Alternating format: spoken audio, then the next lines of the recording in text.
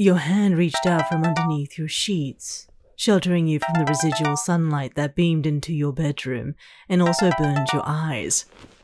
Eventually, your fingers reached out for the phone by your bedside, grabbing it and pulling it under the sheets with you before you answered with a groan, ceasing the incessant tone you've given as your ringtone not only less than a week ago.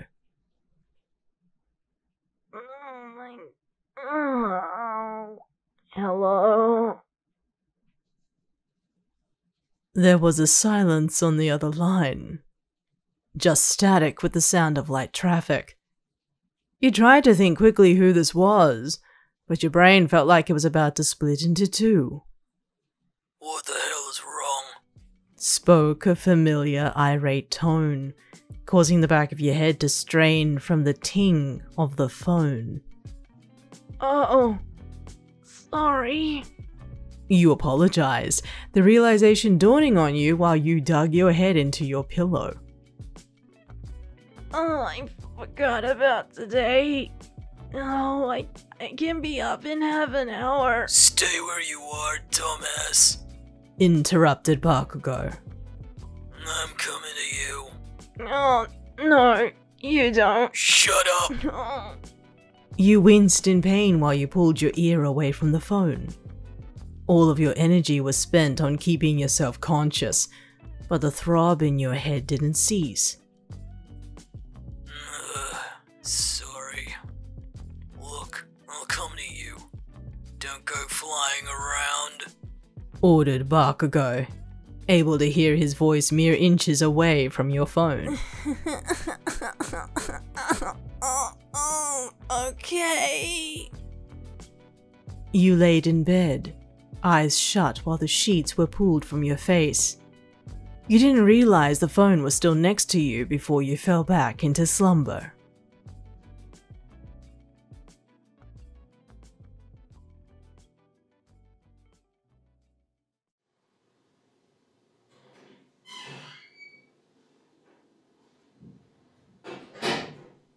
You woke again, still with a full throb in your head, attempting to find some comfort in your bed.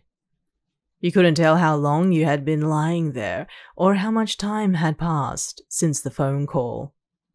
You tossed a little until something sank on the side of your bed, peeking out of the sheets to spot Bakugou sitting by your side.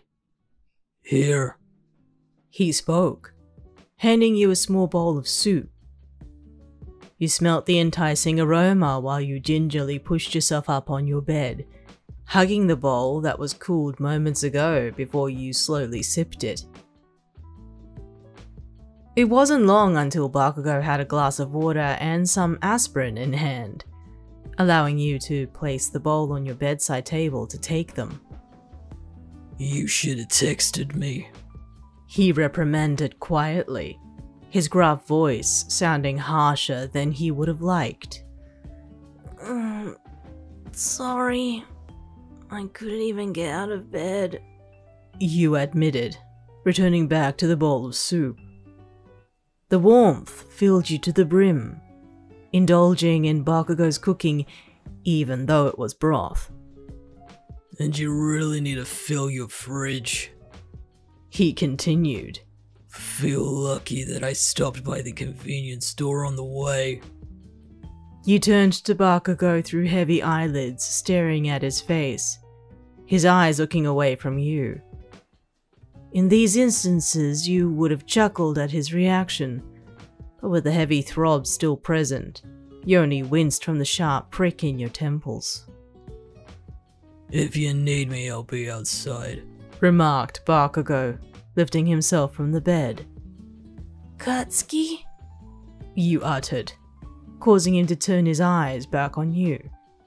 If I feel better later, can I join you?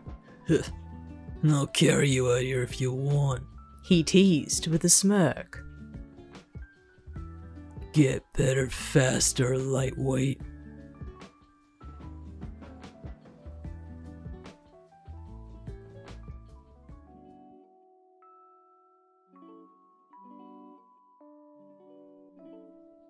You laid on the large couch with a towel across your forehead and eyes, feeling its cloth had dried out over the course of however long you had been laying there. Ever since lunch, a sudden wave of nausea hit the back of your head. You decided to have a nap, hoping that it was a small mishap, but now it only got worse. You had argued with yourself whether standing up to grab some aspirin would have been the best course of action, but your head refused to take that leap of faith.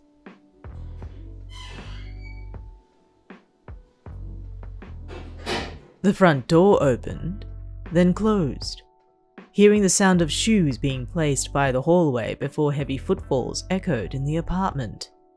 "I'm home!" called out a familiar voice. You were happy to hear, but also winced from the tone.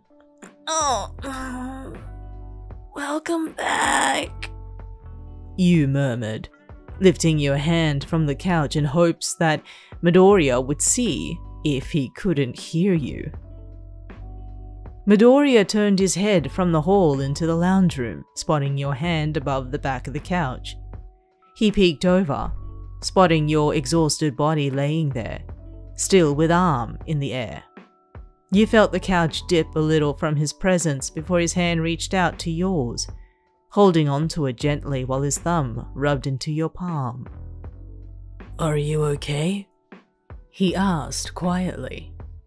You shook your head. I've got the worst headache, and I don't know where it came from. You didn't hear a word from Midoriya, only that he released your hand and left your vicinity. The slight clang of cupboards caught your ear while you winced from the tension that refused to leave your temples. It wasn't long until you heard Midoriya's footsteps return, spying through the darkness of your forearms to find a glass of water and aspirin in his hands. "Here you go," he spoke, opening his hands to you. With a grimace, you pulled yourself up onto the couch, feeling that strain return and shooting down your spine. You quickly took the aspirin and sipped the water, constantly sipping while your eyelids dropped over your vision.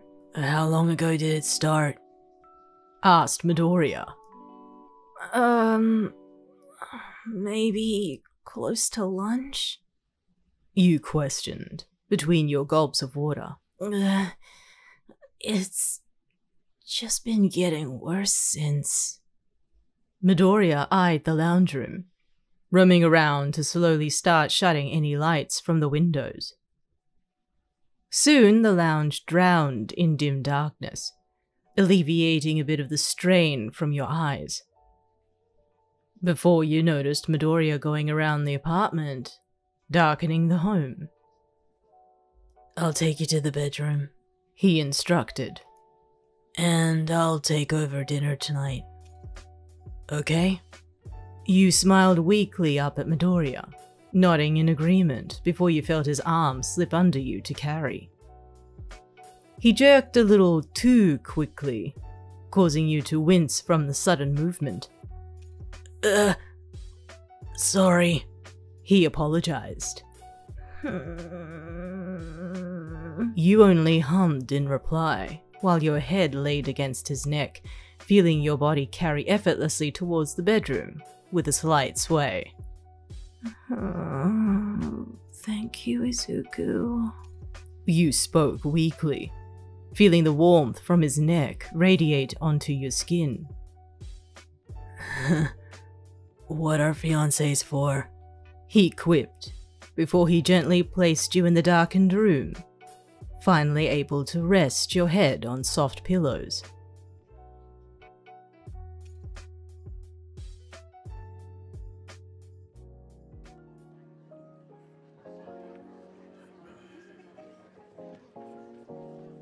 You laid in your arms by your desk while the sidekicks of the agency roamed about in the large space.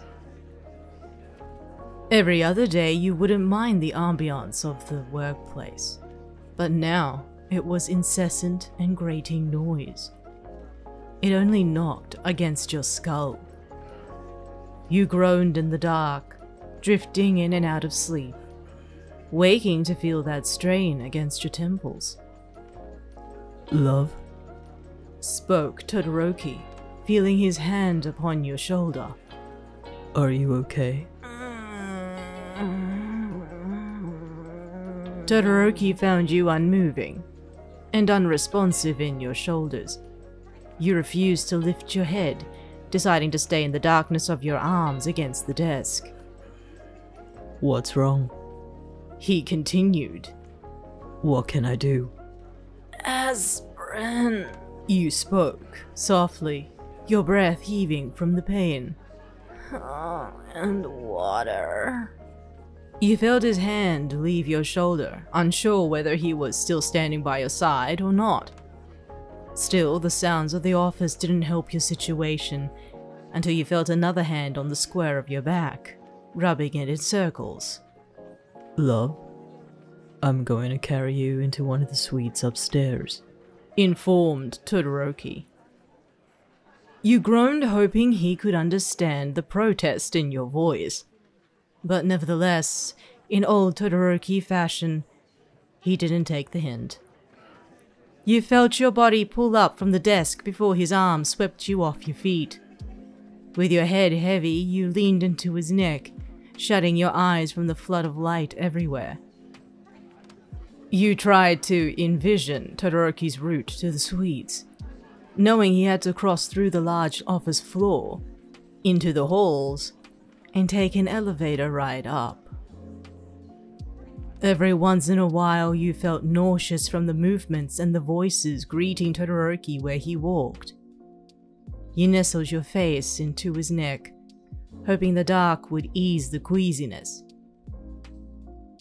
And then, that elevator ride. Your hands clutched onto Todoroki's outfit, tolerating the sweeping pain that traveled to and fro in your skull. It'd be over soon, you thought. As soon as Todoroki found a bed for you, it'll be over. As soon as Todoroki exited the elevator, he made his way down the hall, with a couple of turn-offs. You hoped you were close to a bed with each turn, only finding that Todoroki would make another to shatter your hopes a little.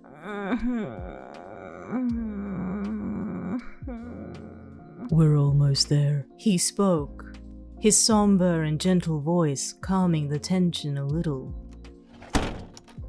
Eventually, you heard him approach a door, clicking it open before he made his way to the bedroom. The smell of fresh linen caught your senses, and the sounds of the office no longer rang in your head. However, you smelt the scent of mint and eucalyptus in the air, almost close to his cologne. Stay here for a while, spoke Todoroki before he laid you in bed, finding that scent wafting into your senses. I'll grab the aspirin. You never once opened your eyes, only feeling Todoroki's presence in the room before you came to the realization that you were in his suite. One that was set aside for him should he have late nights at the agency, patrol or not. You curled in his sheets and covers, still with a throb in your head, but with the comfort of his scent nearby. The dip in the bedside caught your attention before Todoroki lifted your head from the bed, helping you up with aspirin and water in hand.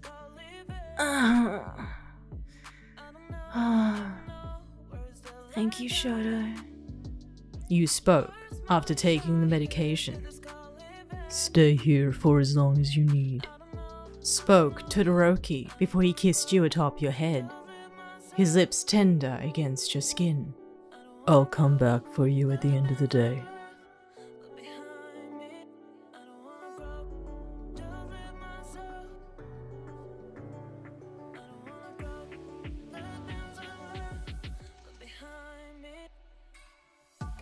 Thank you for tuning in to a short headcanon this time round.